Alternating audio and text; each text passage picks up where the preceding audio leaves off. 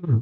And welcome to this video where we will be looking at one of the most important concepts in the domain of security and risk management, and probably also one of the most important concept for the survival of an organization or corporate, and that is the business continuity plan.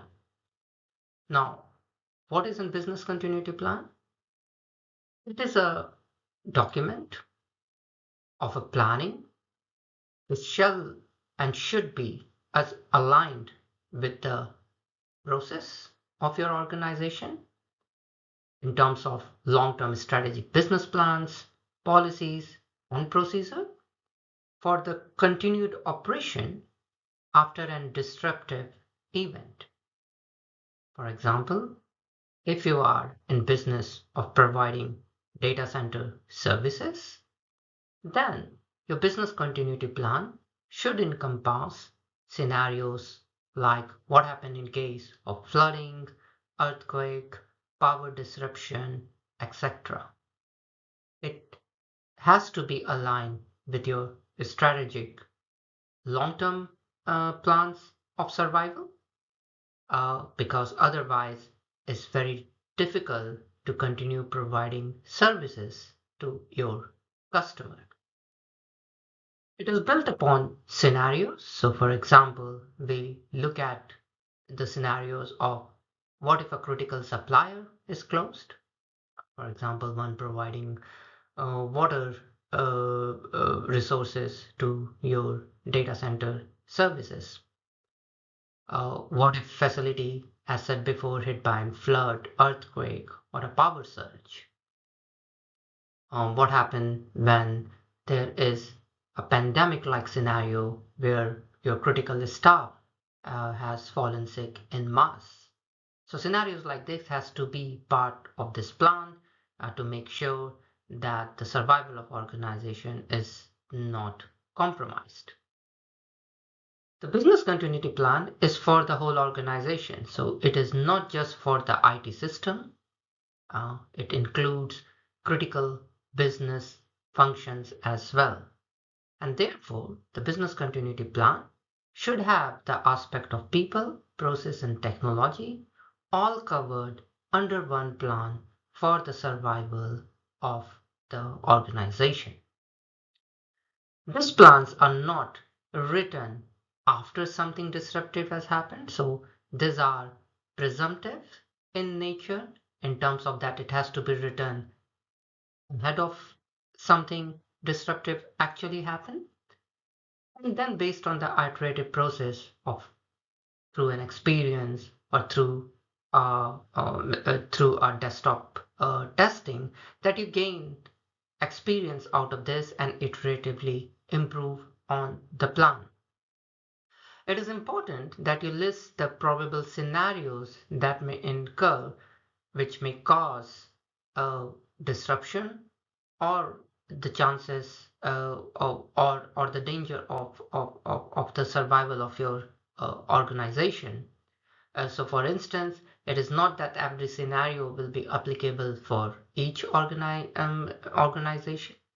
So if you are in a non-tech kind of a business, probably the scenarios which is applicable for data center may not be applicable to you and vice versa. So it is important that you think about the scenarios applicable for your business survival as an input. The BCP plan is always written by taking key inputs from the staff members who are actually at the ground level conducting and performing the business. So the aspect is has both top down and a bottom up approach. And BCP is a combination of many other sub plans. For example, continuity of operation plan, crisis communication plan, critical infrastructure protection plan, cyber incident response plan, disaster recovery plan, information system contingency plan, and document emergency plan. needs to be part of the business continuity plan. Let's take an example of communication plan.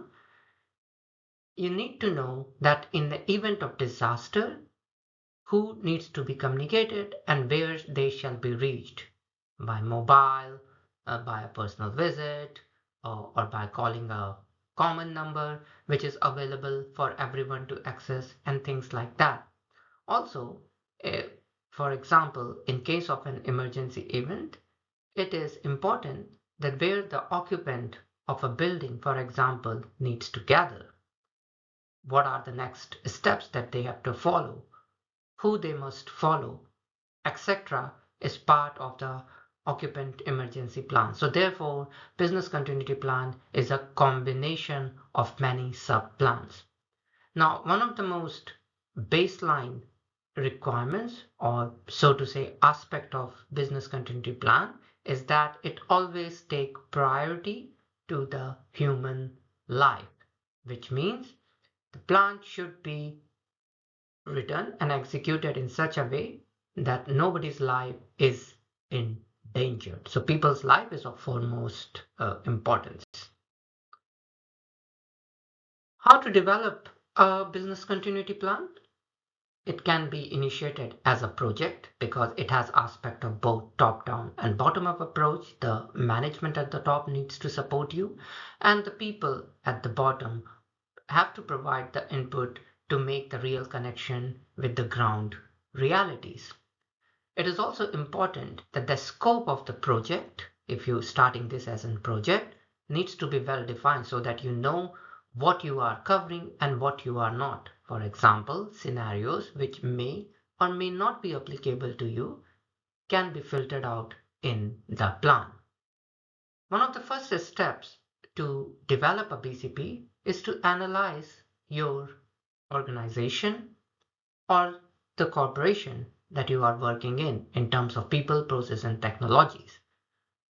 One of the important process that can help you in achieving that goal is business impact analysis, where you try to identify your critical processes, critical system, assigning classification to data so that you can know which one of your application is critical and need to be saved absolutely, and which are not critical and you can do without it for a given period of time.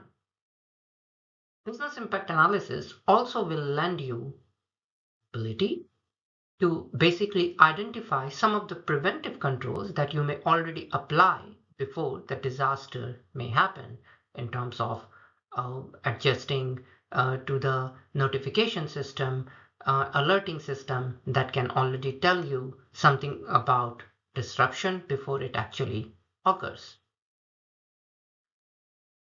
It is also important that based on the criticality of the processes and technology that you have identified in the business impact analysis, that you apply correct kind of recovery strategy. For example, a data which cannot be absolutely lost need to have an real life backup. We need to have a live data center to data center backup so that you always have a copy ready. Once you have sorted this aspect, you then get onto the drawing board and plan, design, and develop the BCP in terms of what are the procedures to be followed, what are the guidelines, and what are the tools that you have. Having a plan is not enough. Implementation of the plan, training and testing of that plan is absolutely important because that will give you an experience or kind of a feedback that will help you to improve your plan if it has loopholes. Of course, a continuous testing and training helps you to improve on your plan, but you also need to maintain the status quo. Therefore, it is important that the BCP plan is well maintained.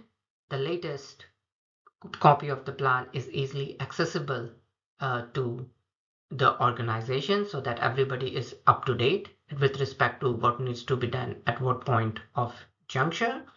And it is important that obsolete information are taken out so that people may not end up using those and continue to become a catalyst in expanding a given disaster.